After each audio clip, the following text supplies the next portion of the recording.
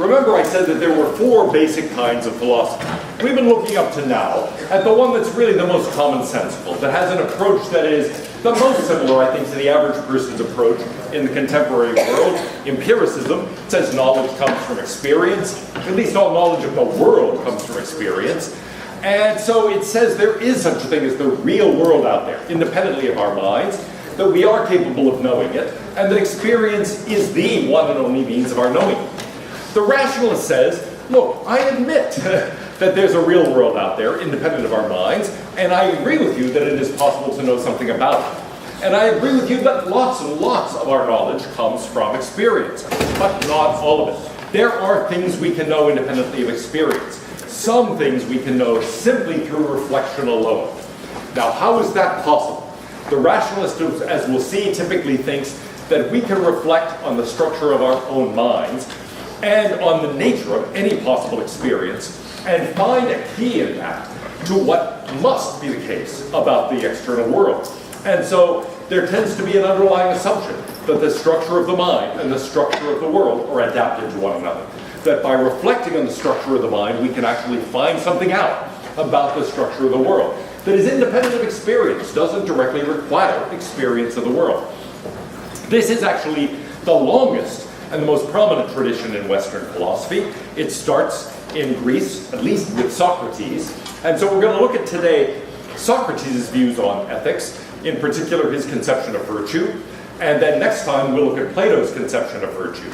On Friday, we were going to then proceed to other aspects of Plato's philosophy. Instead, on Friday, we won't have class. I sent out an announcement over the weekend, and we'll just pick that up on Monday. And we'll reduce skepticism next week to just one lecture instead of two. But since skeptics think there's nothing to know anyway, I mean, why do I need two classes to explain what? Will we still have a quiz to do this week? There will still be a quiz, but this time I will make it available starting on Wednesday rather than on Friday, so you'll have a longer period of time to do it, and otherwise it'll be very simple. Okay, so Socrates on ethics. Oh.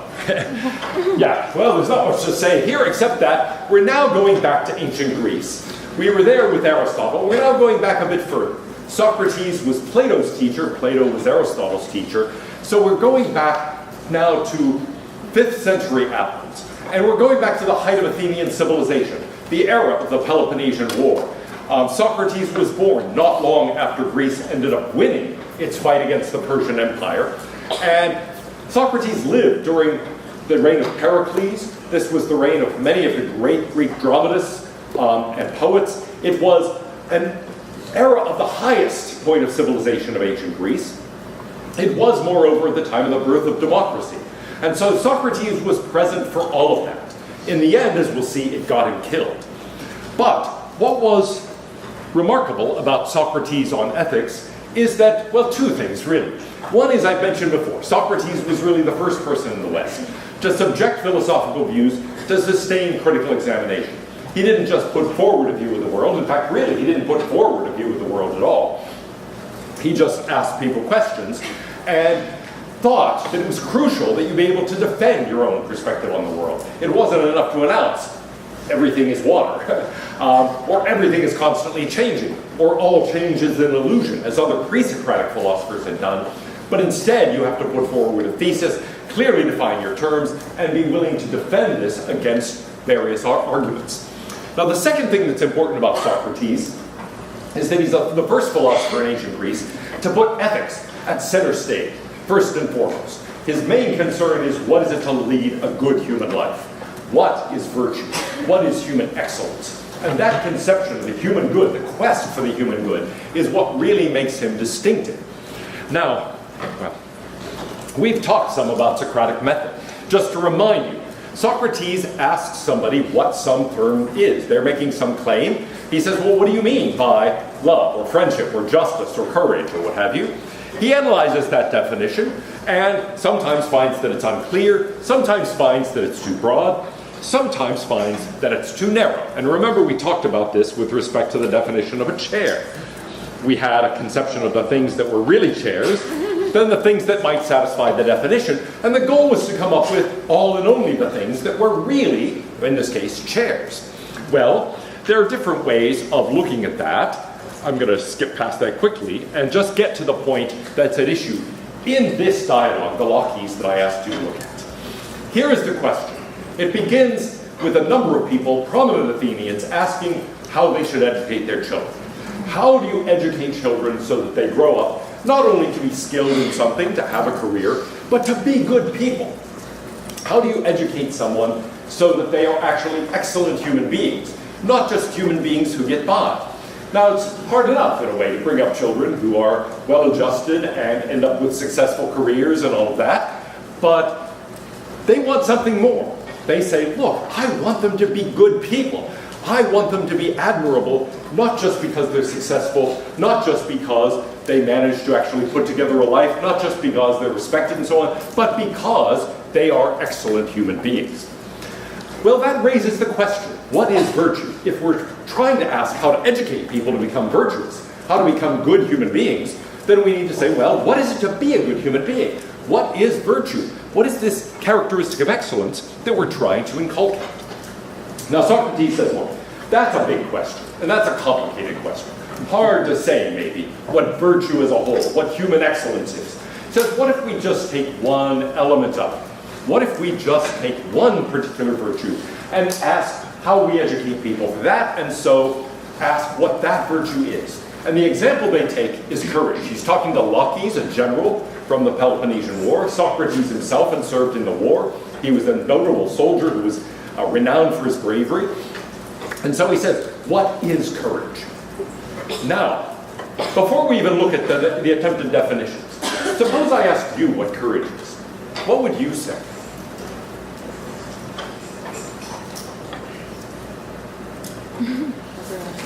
All right, yeah, you've read the dialogue, so you're afraid to say anything. You're afraid I'll turn and play Socrates, but go ahead. Being brave, I guess.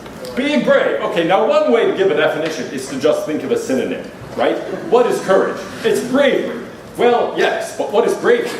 You're going to say, oh, you're not going to pull me on that one. It's courage. But that doesn't get us very far. So it's not as if that's wrong. It's absolutely true. But on the other hand, you might think we don't learn much from that. We just learn another word for the same thing. Yeah?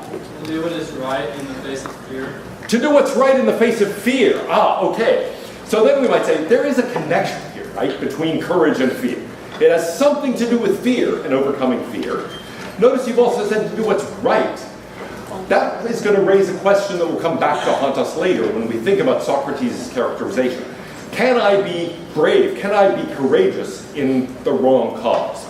Can I be actually doing what is wrong, but nevertheless doing it bravely or courageously? You wanted to get in a moment ago. Oh, I was going to say the ability to overcome fear and obstacles. Okay, good. The ability to overcome fear and obstacles, that's something that, again, links to the fear idea. And notice there, though, you say the ability to overcome fear.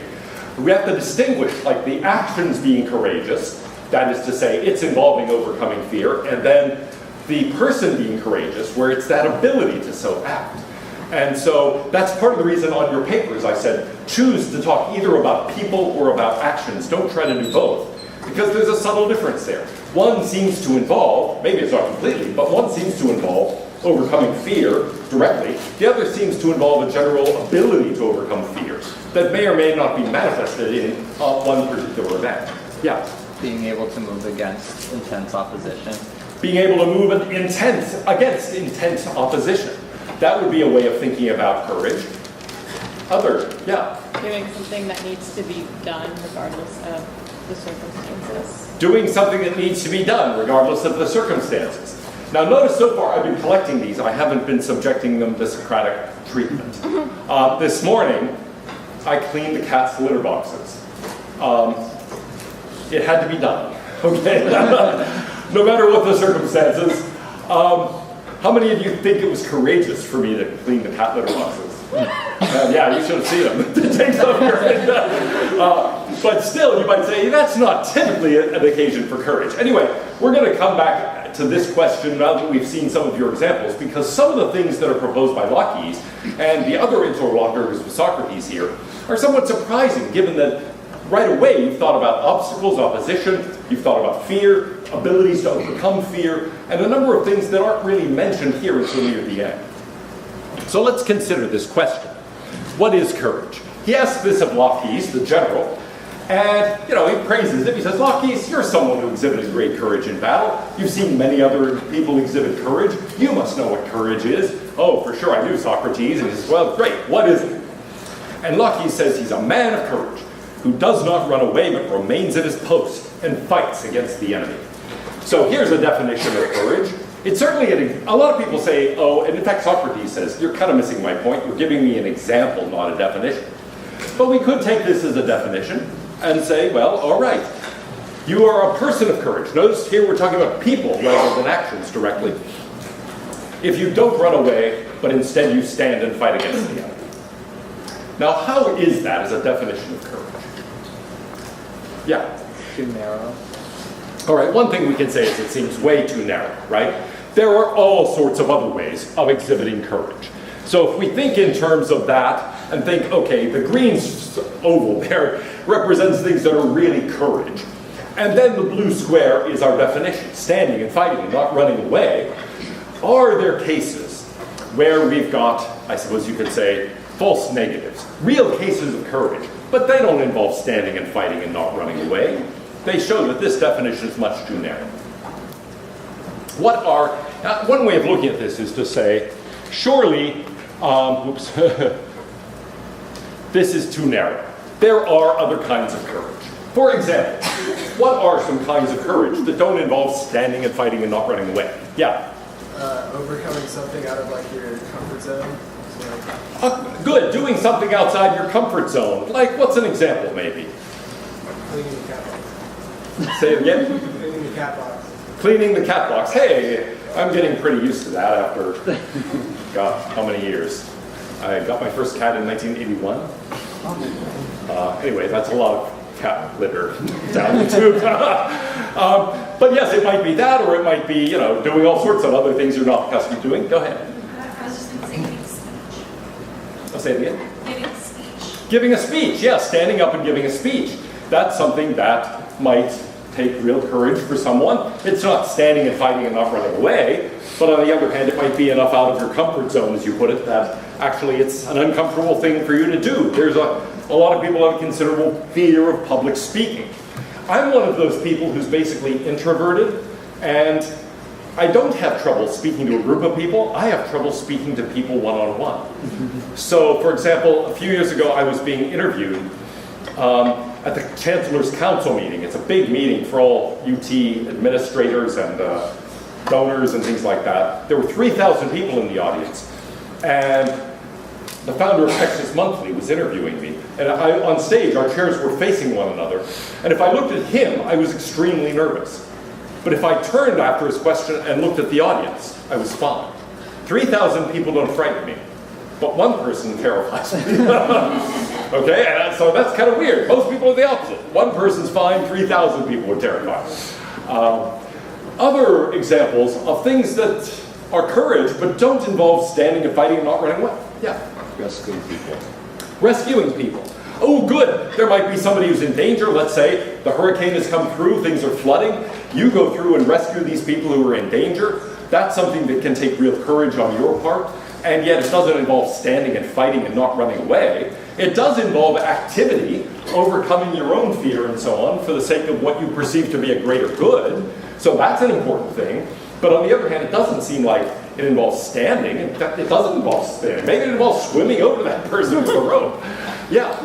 Like speaking out against something that everyone in society thinks is a norm, but you're like, no, that's not right.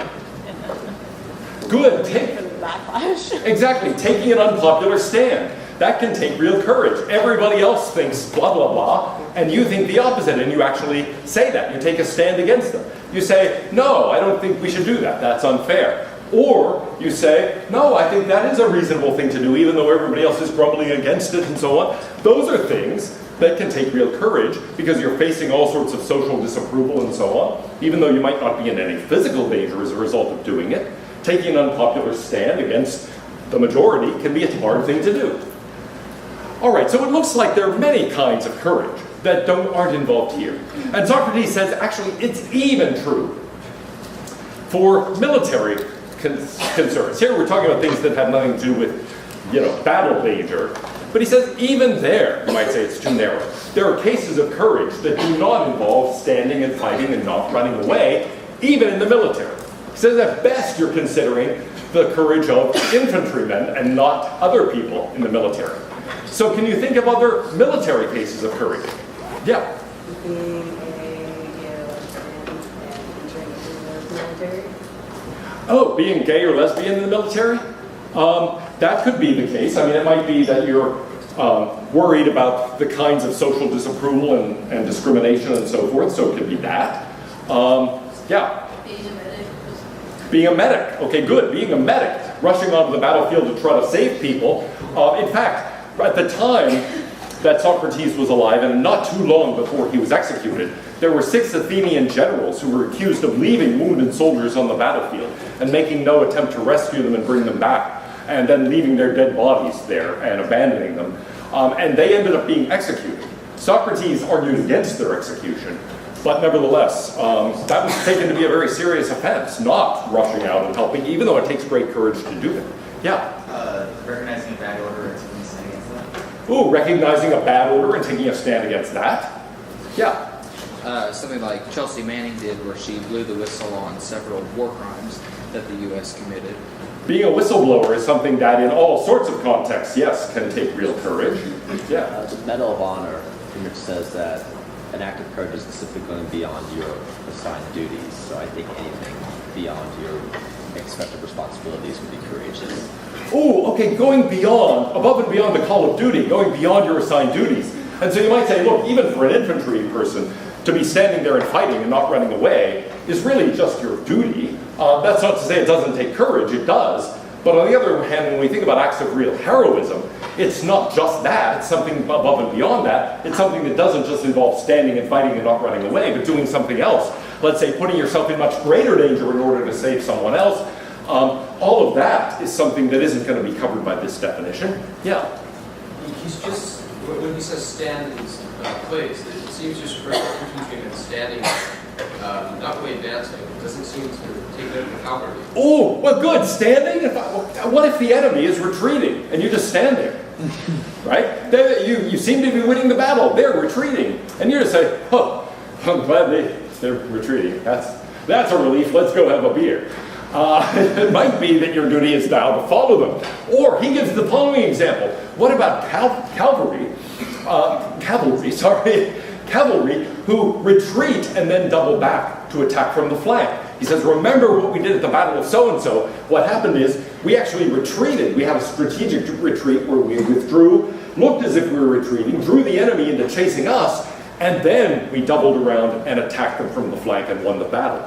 That was a case of courage, but it didn't involve standing and fighting and not running away. Actually, it involved running away and then looping around to the side and attacking from the flank.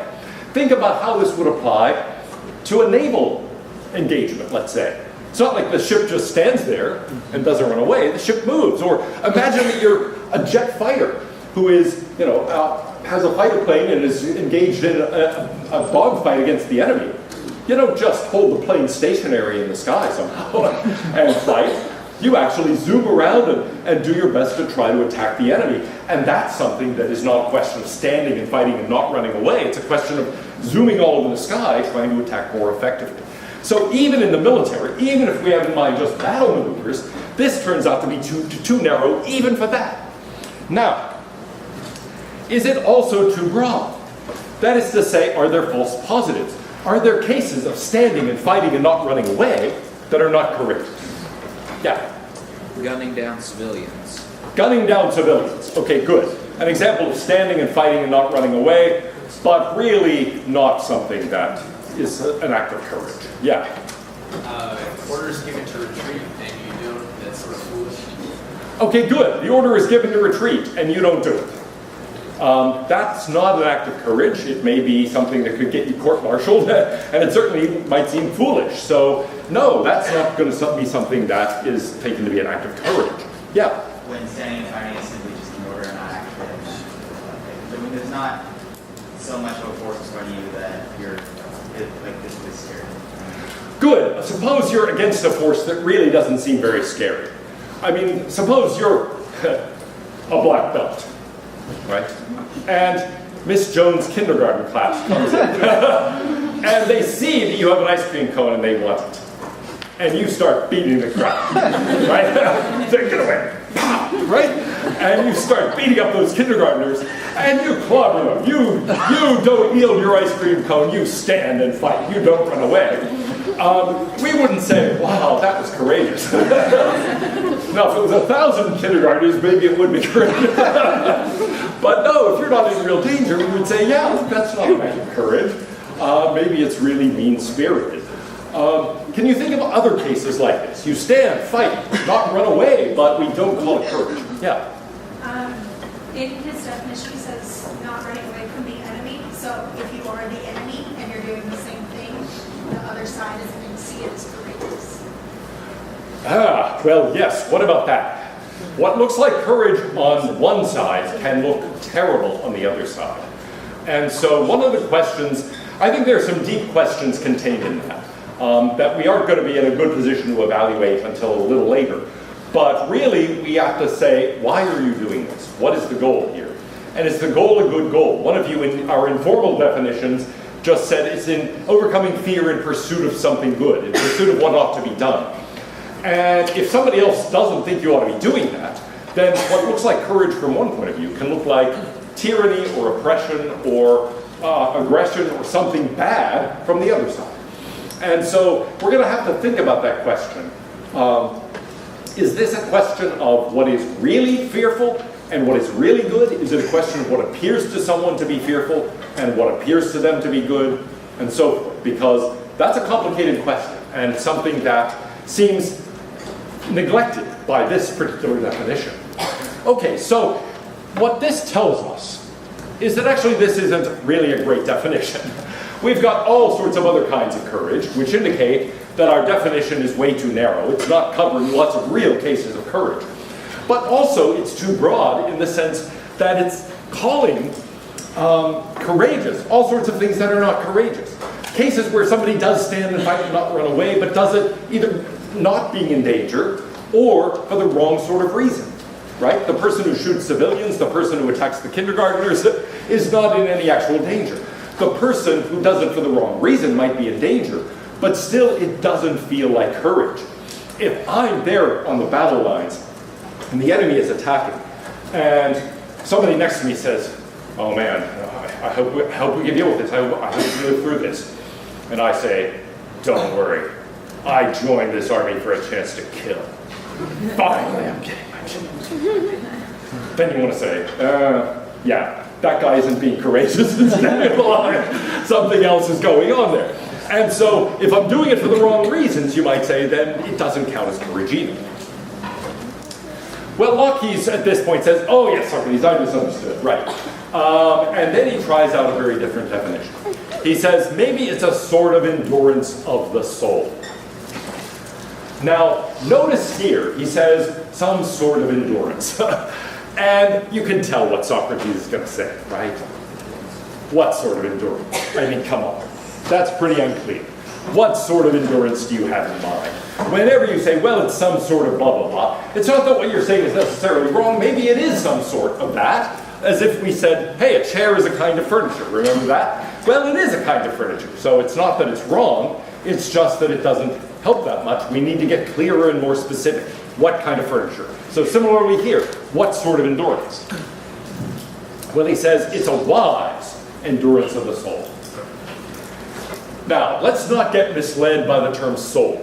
He's using that in a broad sense where it really has to do with, I mean, it's a little bit too simple to just identify it with the mind, but it has to do with your internal being, with you as this thing that is, to some extent, independent of your body. And it's not too far wrong to think of it as just psychological endurance. So it's a wise psychological endurance. Now, how is that as a definition? Well, one of you says better. It's a little harder to analyze, right? But we can ask the same questions. Is it too narrow? Are there real cases of courage that are not a wise endurance of the soul? And is it too broad? Are there cases of a wise endurance of the soul, a wise psychological endurance, that are not courage?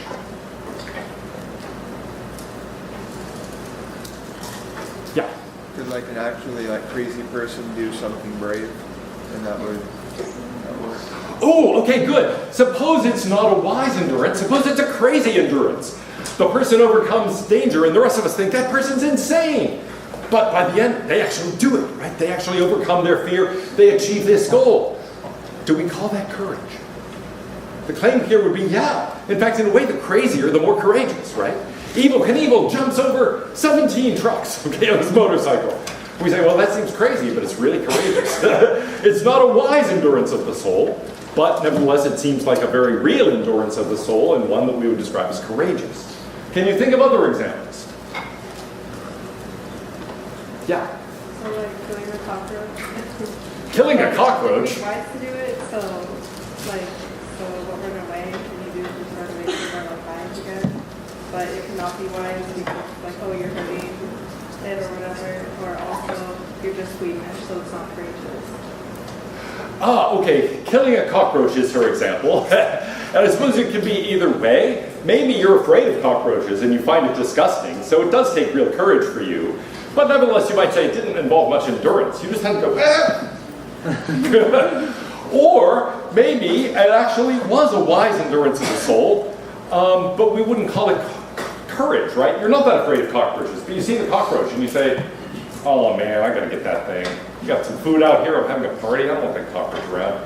But it scuttles around, it's hard to catch, so it takes you a while to do it. Requires real endurance to get it, but by the end, you don't call that courage. Yeah? Going back to what you said about like a crazy person doing something like crazy, if we don't consider it wise, wouldn't that make it like not a part of that? Like, wouldn't it exclude itself anyway? So you wouldn't. Well, right, if it seems unwise, then it should be excluded from the definition, right? If somebody does something crazy, overcoming fear, it looks like that was an unwise endurance, but the point is we might nevertheless call it courageous. We might say, wow, that was really brave. In fact, Plato's point is, or Socrates' point is actually the the crazier it seems, the braver it seems. Okay? So if we think about, go ahead. Isn't that just foolhardiness, not courageousness? Isn't it just foolhardiness? Yeah, we have to distinguish those things. So, for example, the person who, maybe I mentioned this earlier, the two guys go, this is a real life case. They go to bungee jump off a bridge. And one guy says, oh man, I could swear I put the bungee cord in the trunk, but it's not here, I must have forgotten it. And so the guy said, well, no problem, I got a rope. And he jumps off the bridge with a rope tied to his ankle.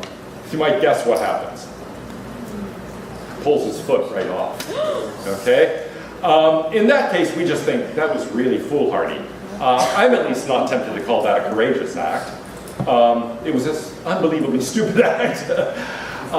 So it's hard to say exactly under what circumstances we think of an unwise endurance as being brave. But take a look at this. Okay, now the reason I put that in there is who's braver? Bart, who has a chance of making it over, or Homer, who knows he doesn't have a chance? It's crazier, right, for Homer to do it. It seems less wise for Homer to do it than for Bart, who's been practicing. But who's braver? And I see some of you shaking your heads like neither one. You're just both nuts.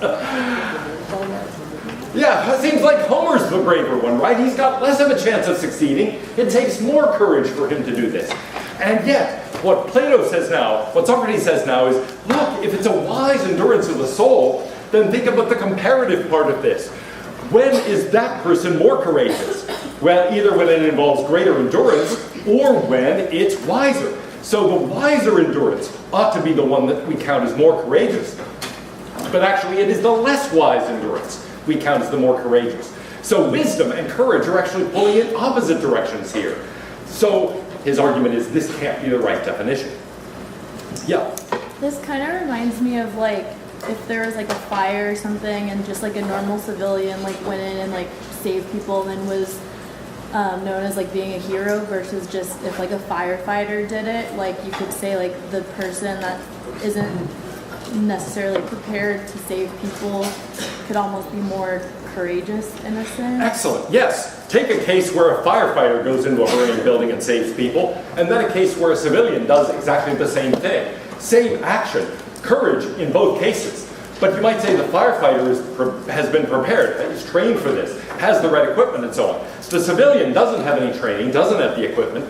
It's a less wise decision for the civilian to go rushing in there, and yet we tell the civilian is even more brave, precisely because they do it despite not having the training or the equipment. Yeah? There seems to be a distinction between, like, you know, risking your life to help someone or to accomplish some goal and risking your life just for the sake of risking your life. There's a stark difference there. Good point.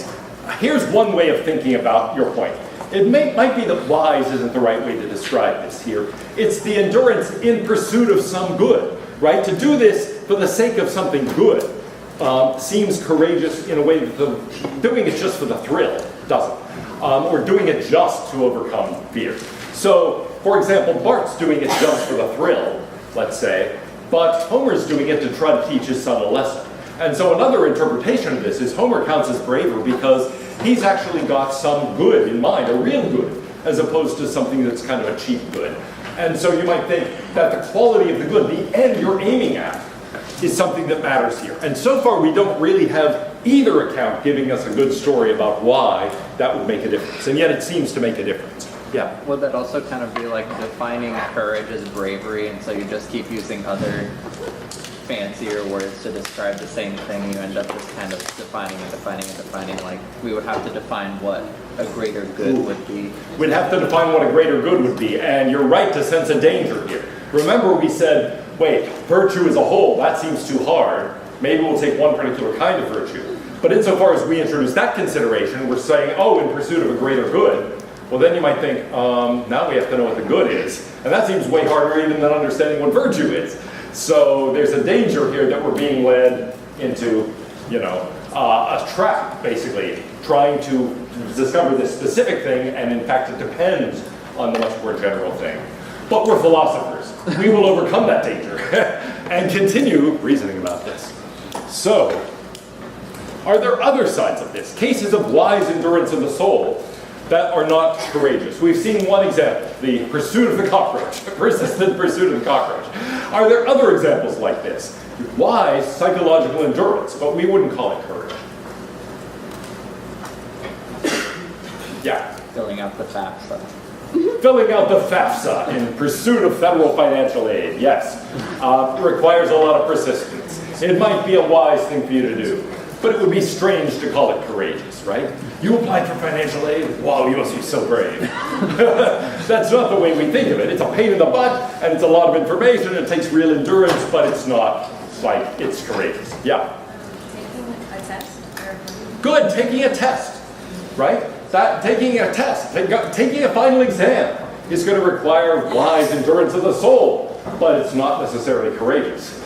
Now notice, the less wise you are, probably the more courage it takes. The less you know, the more courage it takes to walk in there and take that exam.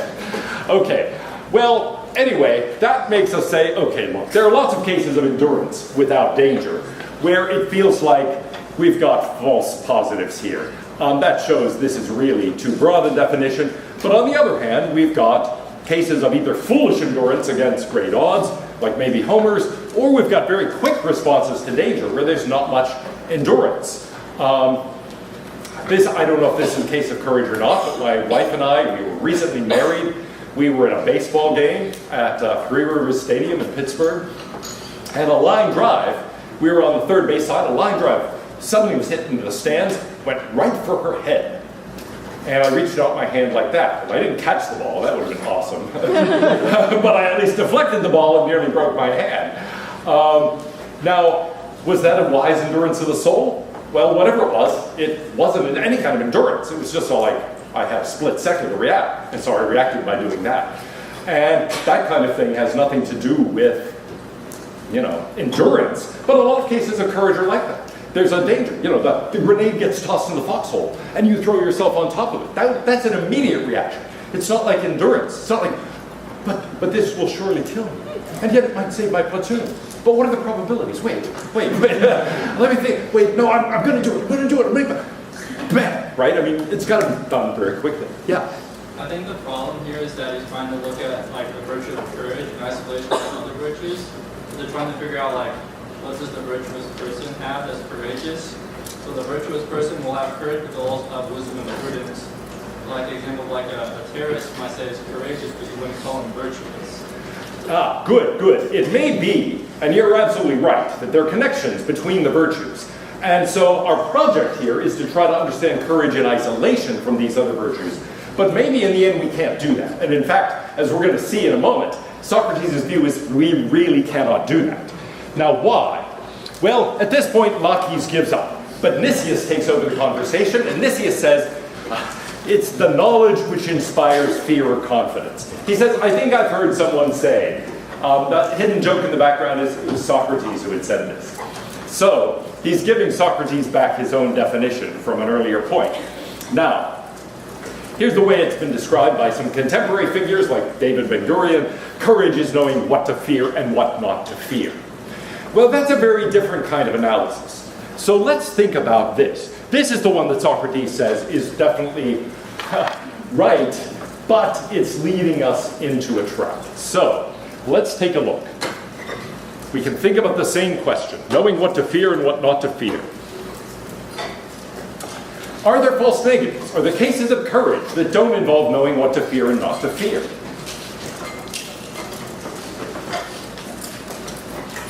Well, they talk about animals, but I'm not going to worry about that. Let's think about the other case too. Are there cases of knowing the grounds of fear and confidence, knowing what to fear and not to fear, that aren't courageous? Well, let's return to these questions. I'm going to skip that. Right. Here is Socrates' main objection. He says, if we go all along these lines, it turns out that courage isn't one of the virtues. It's all a virtue. And in fact, all the virtues end up being the same, as we'll see. Why? Well, fear and confidence are things directed at the future. I don't fear what's happened in the past. I don't have confidence about what's happened in the past. That's already done. They're directed to the future. What would it be to have knowledge of the grounds of fear and confidence? It would be to know something about the future. But there's no such thing as a knowledge of the future that's separate from the knowledge of the present and the past. Everything we know about the future is based on our knowledge of the present and the past. So really there's just knowledge. And hope and confidence, or rather hope and fear and confidence, these are things that involve, well, putting a positive or negative value on things that might happen in the future. So really, we're just talking about the knowledge of positive and negative values. That is to say, the knowledge of the grounds of fear and confidence just turns out to be a question of knowing good and evil, knowing right from wrong, knowing what to do and what not to do, or what's better than what. Knowing, in other words, what you ought to do in any situation. So he says, if this is right, then really you're just saying understanding the grounds of doing or not doing something, but that is all a virtue. That's not just one virtue, that's everything. And so we start out looking for the definition of just one of the virtues, courage. We end up coming up with, through the back door, as it were, a definition of courage that really says it's just the same as the definition of virtue. It's just knowing what to do. Well, the problem is that can be given. That sort of argument can be given for every single virtue. And throughout a variety of these early dialogues of Plato, that's what we see happen. Friendship, love, piety, and so on, all of them end up being the same as wisdom. Every virtue ends up being knowing good from evil, knowing right from wrong, knowing what to do and what not to do. So in the end, we get a thesis that is called the unity of the virtues thesis. All the virtues are the same. They're all just wisdom, knowing what to do.